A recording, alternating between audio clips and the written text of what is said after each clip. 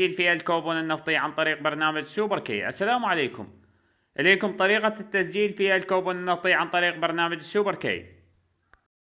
طبعا الطريقة سهلة وبسيطة وما يحتاج لا تروح المكتب ولا فلان ولا علان.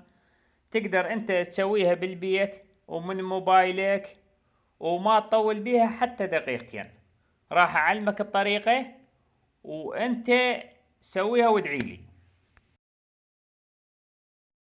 ندخل على برنامج سوبر كي.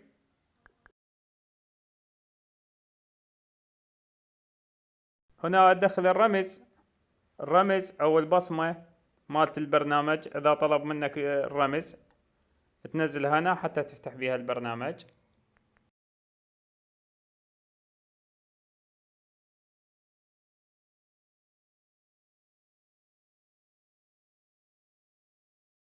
ثم نرفع القائمة قليلا ونضغط على الكربون النفطي.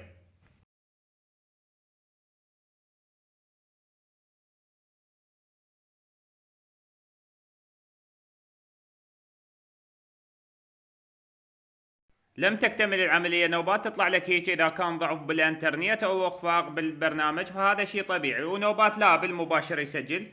فأنت إذا طلعت هيك تضغط على إغلاق وتعيد المحاولة بنفس الوقت.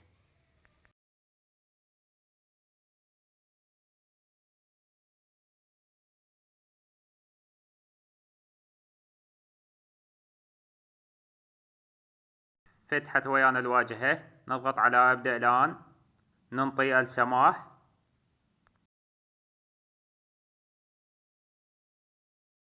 نضغط استمرار. تظهر لنا هذه الواجهة الآن.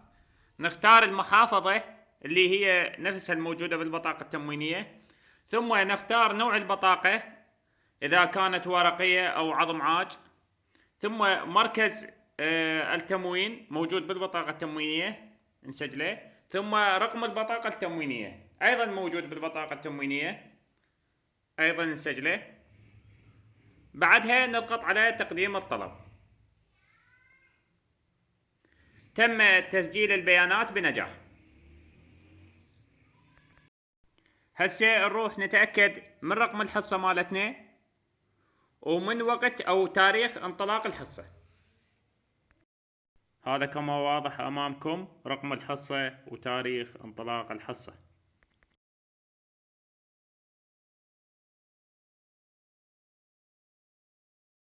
في الختام لا تنسونا بلايك للفيديو، اشتراك للقناة. في أمان الله.